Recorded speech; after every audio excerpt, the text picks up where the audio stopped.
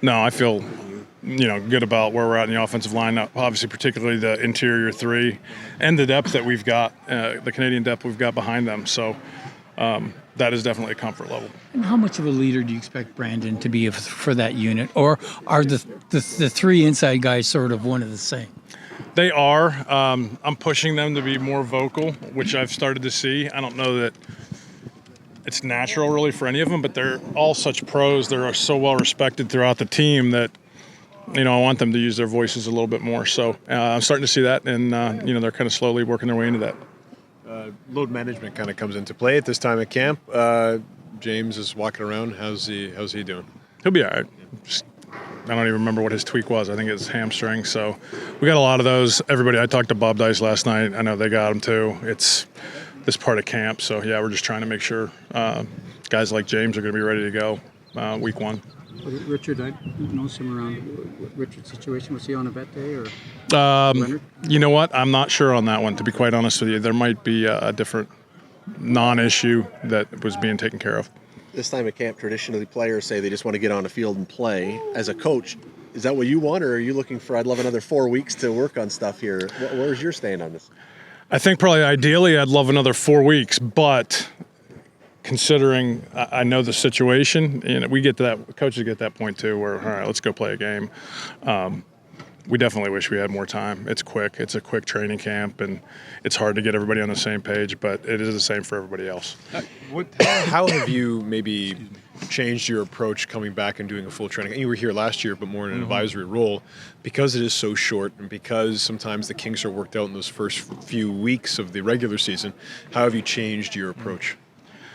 I don't remember what I did the last time I was up here, to be honest with you. I do. We've done some other things in terms of the off season, as far as giving guys more information. We're not allowed to meet with them or anything, but we are allowed to put stuff on the web that they can look at their leisure to try to give them a head start on schematics before they get to camp. I think that helped.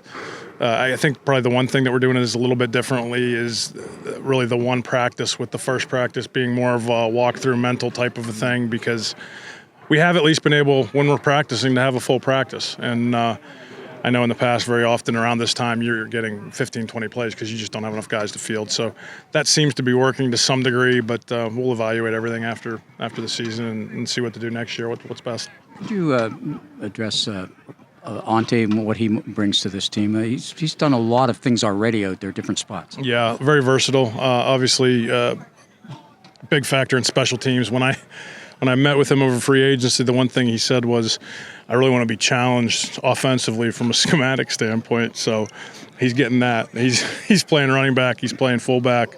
Doing a great job. Really, really glad we got him.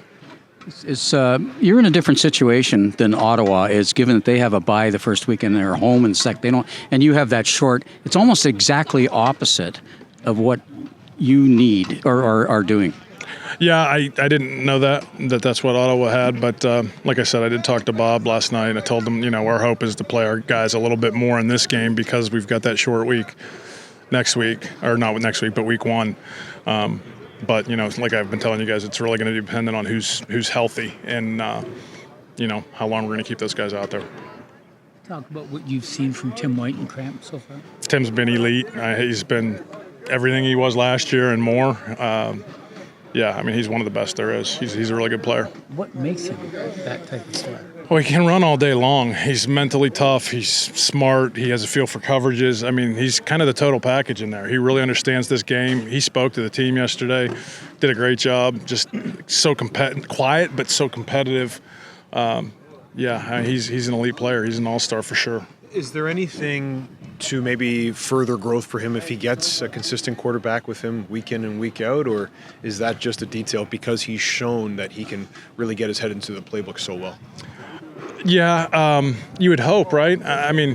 He's done pretty damn good with what we're, I guess, calling inconsistent quarterback play, but I think that can only help him to be with one guy, and if that doesn't happen, then he's got reps with Taylor too. So pretty good spot. I think Tim's in a good place right now. Start of this camp, you said every job pretty much was open, every position was being competed for. At this point, where does that stand? How many spots do you see already locked up? How many positions are still being contested in these preseason games? I think most of them are still being contested. I think there's probably leaders in the clubhouse at this point, and the next Saturday, next week's preseason game, the practices next week are, really going to define it for the guys that may be a click behind. But I don't know that anybody's really got anything locked up just yet. Last thing, too. Casey Sales, you got a returning defensive lineman who led this team in sacks. What role do you expect to see him play in 2024? Yeah, he's looked awesome. Great football player. I was talking about him with Glenn today. I think he's a leader in the locker room. I think we've talked about leadership with Simone being gone. I think he's going to be one of those guys that pick it up. He and Stavros and some other guys. But Casey's another one, just like Tim. These are comfort level guys for a coaching staff where you trust them. They're always going to do the right things. They're going to be able to count on them. Casey's a really good football player, underrated in my opinion. Speaking of the defensive line, you've still got a serious number of serious contenders there. Way too many. We've got some really good players on the defensive line. It's a good problem to have. Those are, some of the guys that are really going to separate themselves here over the next couple of days. So looking forward to seeing those guys play against somebody that's not us. You're back as the head coach in this league, and I'm wondering, what is it about CFL that keeps bringing you back? It's just, I've said this before, it's still the most fun I've ever had coaching. The players, I've talked to them about it. The players aren't here. Nobody's getting rich. And so there's a certain love of the game that is a part of the CFL. I had to do a video for Danny Webb. I guess it's his 40th year with the art. It's guys like Danny Webb, that make the CFL, I think, special. And so, our guy Drew, one day he'll get his 40th or 50th or how many ever. But it's unique in that. And I've been in most of the leagues. It's very unique, family-type atmosphere, close-knit. And it's just, it's a lot, for me, it's just a lot of fun. Have you got an idea of what identity you want this team to take in 24? Not yet. Do you sort of, I was going to say, do you sort of amend that as the season goes? I think, we're still trying to figure that out. I think we'll find that out after a few games. Yep.